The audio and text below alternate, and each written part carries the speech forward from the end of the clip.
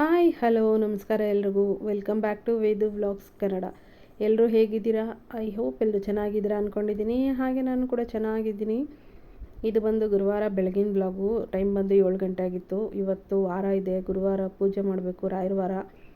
ಆದ್ರೂ ಇನ್ನು 7 ಗಂಟೆಗೆ ಎಚ್ಚರ ಆಯಿತು. ಬೆಳಗ್ಗೆ ಬೇಗ ಎದ್ಬಿಟ್ಟು ಮಾಡೋಣ ಅಂದ್ಕೊಂಡೆ. ಯಾವಾಗ ಮುಂಚೆ 3 ಗಂಟೆಗೆ ಎದ್ದೇಳ್ತಿದ್ದೆ. ಒಂದೊಂದು ಸಲ ಆಫೀಸಿಗೆಲ್ಲ ಹೋಗೋವಾಗ 3 ಗಂಟೆಲಿ ಎದ್ಬಿಟ್ಟು ಎಲ್ಲ ಕೆಲಸ ಮಾಡ್ಕೋತಿದ್ದೆ. ಇವಾಗ ಆಫೀಸ್ಗೆ ಹೋಗದೆ ಇರೋದಕ್ಕೆ 7 ಗಂಟೆಗೆ ಎಚ್ಚರ ಆಗ್ತಾಯಿದೆ. ಹಂಗೂ ನಮ್ಮಮ್ಮ ಬಾಗಿಲೆಲ್ಲ ತೊಳೆದ್ಬಿಟ್ಟು ರಂಗೋಲಿ ಎಲ್ಲ ಹಾಕಿದ್ರು.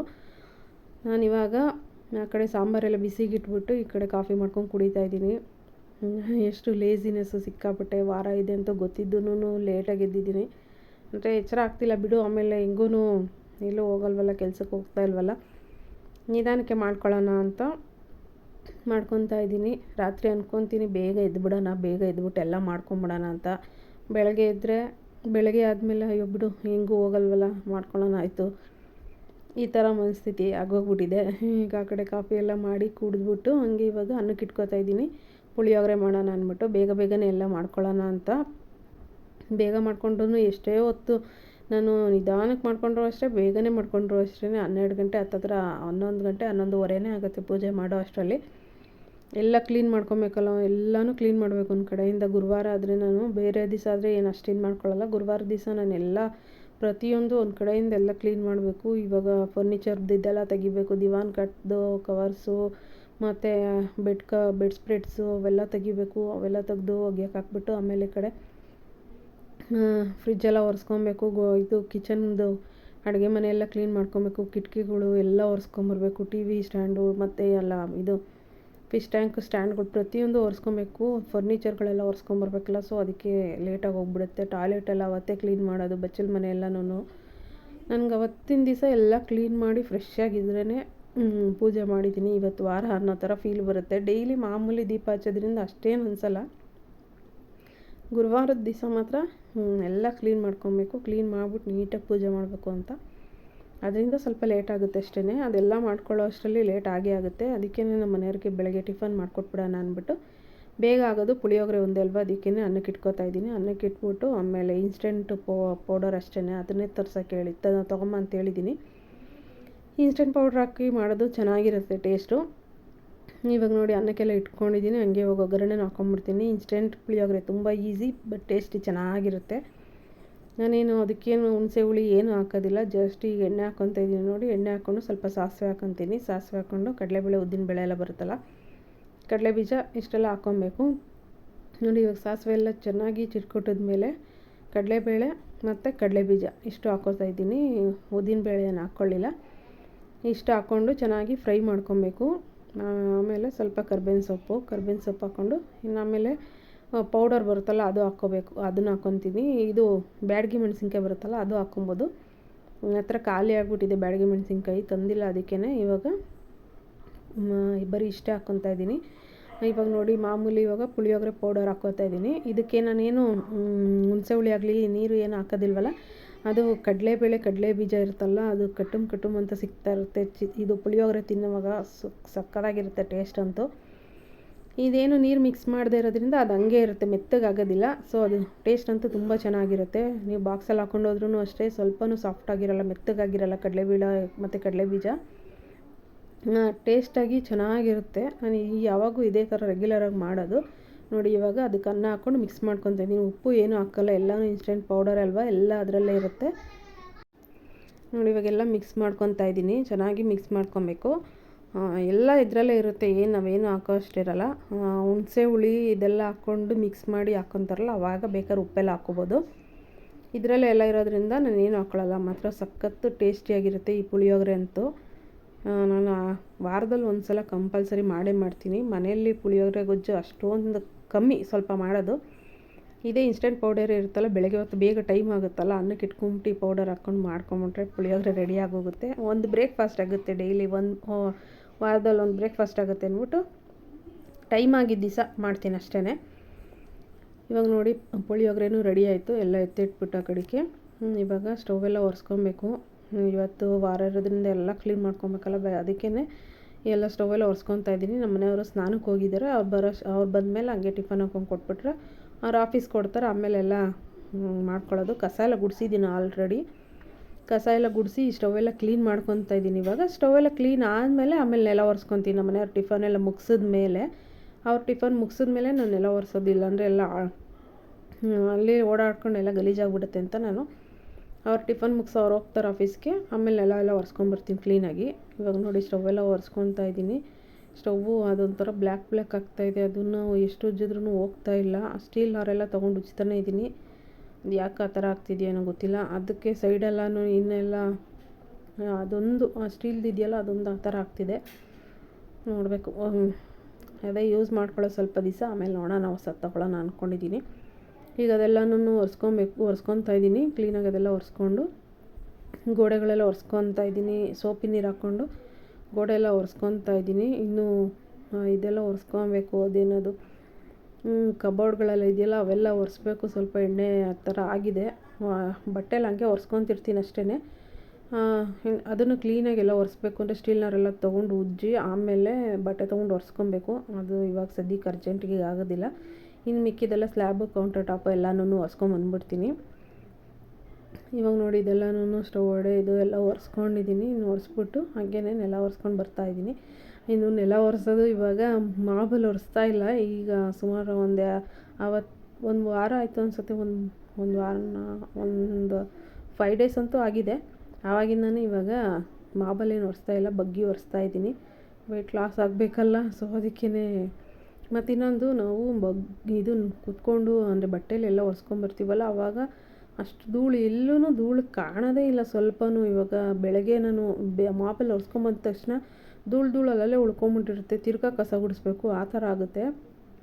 ಇದು ನಾವು ಕೈಯಲ್ಲಿ ಒರೆಸ್ಕೊಂಬರ್ತೀವಲ್ಲ ಅದು ಒಂಚೂರು ಧೂಳಿರಲ್ಲ. ನಾನು ನೆನ್ನೆನೂ ನೆಲ ಒರೆಸಿದ್ನಲ್ಲ, ಇವತ್ತು ಬೆಳಗ್ಗೆನೂ ನೋಡಿದ್ರೂ ಸ್ವಲ್ಪನೇ ಕಸ ಬಂದಿದ್ದು, ಏನು ಧೂಳೇ ಇರಲಿಲ್ಲ. ಅಷ್ಟು ಚೆನ್ನಾಗಿರುತ್ತೆ. ಅದಕ್ಕೇ ನಾನು ಇನ್ಮೇಲೆ ಅದರಲ್ಲೇ ಬಗ್ಗೆ ಒರೆಸೋಣ ಅಂತ ಬಟ್ಟೆ ತೊಗೊಂಡೇ ಒರೆಸ್ತಾ ಇದ್ದೀನಿ. ನಡುವೆ ನೋಡೋಣ, ಹಾಗೆ ಕಂಟಿನ್ಯೂ ಮಾಡ್ತೀನ ಇಲ್ವೋ ಗೊತ್ತಿಲ್ಲ. ಕಂಟಿನ್ಯೂ ಮಾಡಲೇಬೇಕು. ಮನೆ ಕ್ಲೀನಾಗಿರಬೇಕು ಅಂದರೆ ಮಾಡಲೇಬೇಕು. ನೋಡಿ ಇವಾಗ ಇದೆಲ್ಲ ತೊಳ್ಕೊಂಡೆ. ಸ್ಟವ್ದು ರಿಂಗ್ಸ್ ಎಲ್ಲ ತೊಳ್ಕೊಂಡಿದ್ದೀನಿ. ಅದೆಲ್ಲನೂ ಇಟ್ಬಿಟ್ಟು ಮಾಮೂಲಿ ಇವಾಗ ಅರಿಶಿನ ಕುಂಕುಮ ಇಟ್ಬಿಟ್ಟು ಒಂದು ಹೂವು ಇಟ್ಬಿಟ್ಟು ಕೈ ಮುಕ್ಕೊತೀನಿ ಅಷ್ಟೇ. ರೆಗ್ಯುಲರಾಗಿ ಯಾವಾಗೂ ಈ ಥರ ಮಾಡಲ್ಲ. ವಾರದ ದಿವಸ ಅಷ್ಟೇ ನಾನು ಮಾಡೋದು. ಬೇರೆ ದಿವಸ ಎಲ್ಲರೂ ಒರೆಸಿ ಎಲ್ಲ ಕುಂಕುಮ ಇಟ್ಬಿಟ್ಟು ಪೂಜೆ ಮಾಡ್ತಾರೆ. ನಾನು ಡೈಲಿ ಮಾಡ್ತಿಲ್ಲ. ವಾರದಲ್ಲಿ ಒಂದು ದಿವಸ, ಗುರುವಾರದ ದಿವಸ ನಾನು ಯಾವತ್ತು ಗುರುವಾರ ಒಂದೇ ದಿವಸನೇ ದೇವ್ರ ಪೂಜೆ ಅಂದರೆ ದೇವ್ರ ಸಾಮಾನೆಲ್ಲ ತೊಳೆದ್ಬಿಟ್ಟು ಪೂಜೆ ಮಾಡೋದು. ಆವತ್ತು ಮಾತ್ರ ಈ ಥರ ಎಲ್ಲ ಸ್ಟವೆಲ್ಲ ಒರೆಸ್ಕೊಂಡು ಅರಿಶಿನ ಕುಂಕುಮ ಇಟ್ಬಿಟ್ಟು ಒಂದು ಹೂ ಇಟ್ಬಿಟ್ಟು ಪೂಜೆ ಮಾಡ್ಕೋತೀನಿ. ಆಮೇಲೆ ಇವಾಗ ನೋಡಿ ಎಲ್ಲ ಗುಡಿಸಿ ಒರೆಸಿ ಟಾಯ್ಲೆಟ್ ಎಲ್ಲ ಕ್ಲೀನ್ ಮಾಡಿ ಬಚ್ಚಲ ಮನೆ ಎಲ್ಲ ತೊಳೆದು ಎಲ್ಲ ಮಾಡಿಕೊಂಡು ಫರ್ನಿಚರ್ ಕವರ್ಸ್ ಎಲ್ಲ ಹಾಕಿ ಹೊಸದು ಅಂದರೆ ಒಗೆದಿರೋದು ಪೂಜೆ ಎಲ್ಲ ಮಾಡಿಕೊಂಡೆ.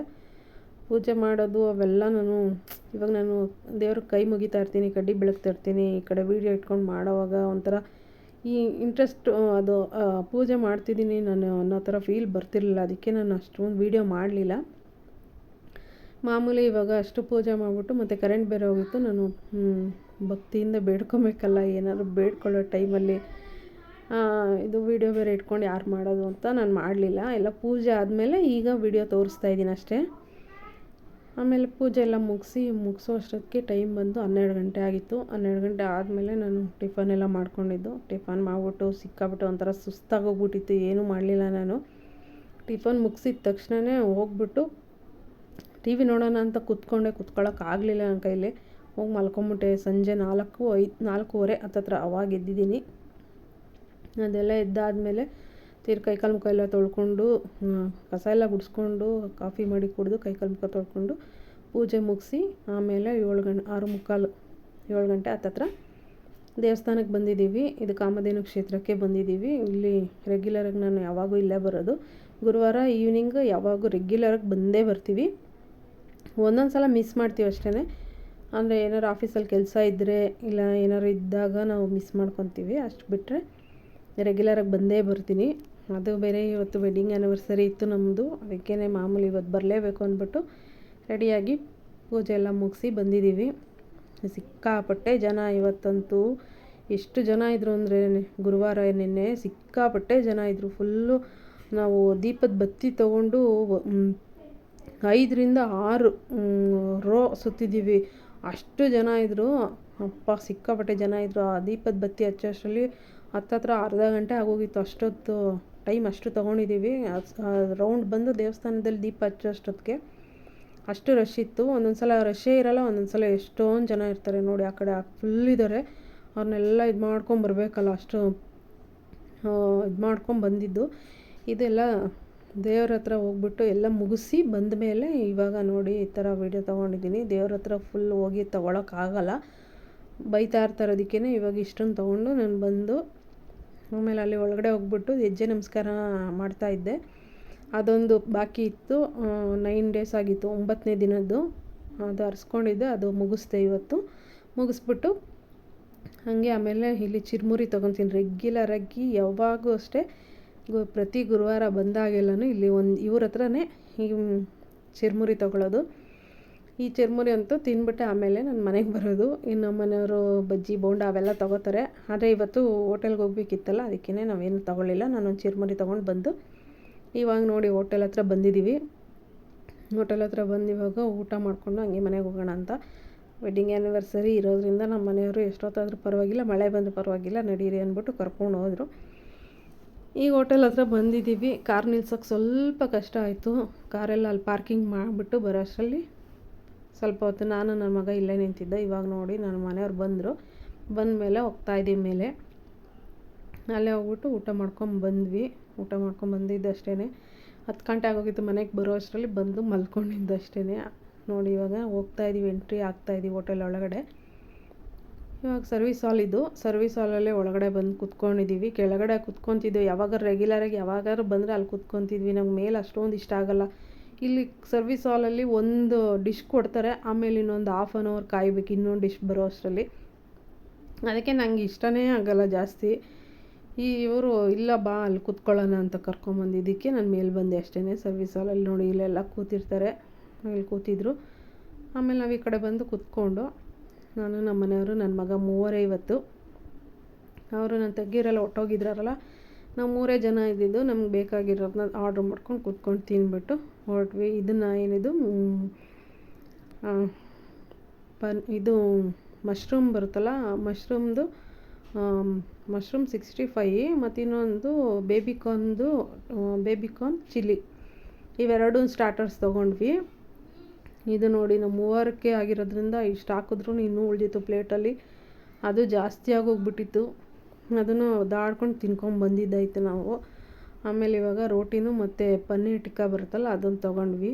ಇವಾಗ ಅವ್ನು ಹಾಕ್ಕೊತಾ ಇದ್ದಾನೆ ನನ್ನ ಮಗ. ಒಂದೊಂದೇ ರೋಟಿ ಆರ್ಡ್ರ್ ಮಾಡಿದ್ದು, ಆದರೂ ಎಷ್ಟು ಸ್ಟಾರ್ಟರ್ಸ್ ತಿಂದು ಒಂದು ರೋಟಿ ತಿನ್ನೋ ಅಷ್ಟರಲ್ಲಿ ಹೊಟ್ಟೆ ತುಂಬ ಇರೋ ಥರ ಫೀಲ್ ಆಗೋಗ್ತಿತ್ತು. ಏನೂ ಮಾಡೋಕ್ಕಾಗಲಿಲ್ಲ ನೋಡಿ. ಇನ್ನು ಅಲ್ಲಿ ಇದೇನಿದು ಬೇಬಿಕಾರ್ನ್ದು ಚಿಲ್ಲಿ ಇದೆಯಲ್ಲ, ಅದು ಹಂಗೆ ಅರ್ಧ ಅಲ್ಲೇ ಉಳಿಸಿದ್ದೀವಿ. ಇವಾಗ ಈ ಕಡೆ ನಮ್ಮ ಮನೆಯವರು ತಿನ್ಕೊತಾ ಇದ್ದಾರೆ. ಆಮೇಲೆ ರೈಸ್ ಒಂದು ಆರ್ಡ್ರ್ ಮಾಡಿಕೊಂಡು ಹೈದ್ರಾಬಾದಿ ಬಿರಿಯಾನಿ ಹೇಳಿದ್ವಿ. ಅದು ನೋಡಿ ಇವಾಗ ಇದು ಖಾಲಿ ಆದರೂ ಇನ್ನು ಹೈದ್ರಾಬಾದಿ ಬಿರಿಯಾನಿ ಬರೋಕ್ಕೆ ಎಷ್ಟೋ ಹೊತ್ತಾಗುತ್ತೆ. ಯಾಕಂದರೆ ಅಲ್ಲಿ ಅಕ್ಕಪಕ್ಕ ಇರೋ ಟೇಬಲ್ಸ್ಗೆಲ್ಲ ಕೊಡಬೇಕಲ್ಲ ಅವರು. ಮಾಡ್ಕೊಂಡು ಬರೋ ಅಷ್ಟರಲ್ಲಿ ಎಷ್ಟೋ ಹೊತ್ತಾಗಿತ್ತು. ರೋಟಿ ತಿಂದ್ಬಿಟ್ಟು ಎಷ್ಟೋ ಹೊತ್ತು ಕಾಯ್ದಿದ್ದೀವಿ. ಆಮೇಲೆ ಇದು ತಿಂದಾಯಿತು. ಆಮೇಲೆ ಇವಾಗ ಇದು ಒಂದು ಜ್ಯೂಸ್ ತೊಗೊಂಡ್ವಿ. ಮಿಲ್ಕ್ ಶೇಕ್ ತೊಗೊಳ್ಳೋಣ ಅಂದರೆ ಇಲ್ಲ ಅಂದರು. ಈಗ ಜ್ಯೂಸ್ ಎಲ್ಲ ಕುಡಿದ್ಬಿಟ್ಟು ನಾನು ಕಲ್ಲಂಗಡಿ ಹಣ್ಣು ಜ್ಯೂಸ್ ಕುಡಿದೆ. ಹಾಗೆ ನನ್ನ ಮಗ ಬಟರ್ ಫ್ರೂಟ್ ಬರುತ್ತಲ್ಲ ಅದೊಂದು ತೊಗೊಂಡಿದ್ದ. ಈ ವ್ಲಾಗ್ನ ಇಲ್ಲಿಗೆ ಏನು ಮಾಡ್ತಾಯಿದ್ದೀನಿ. Thank you so much.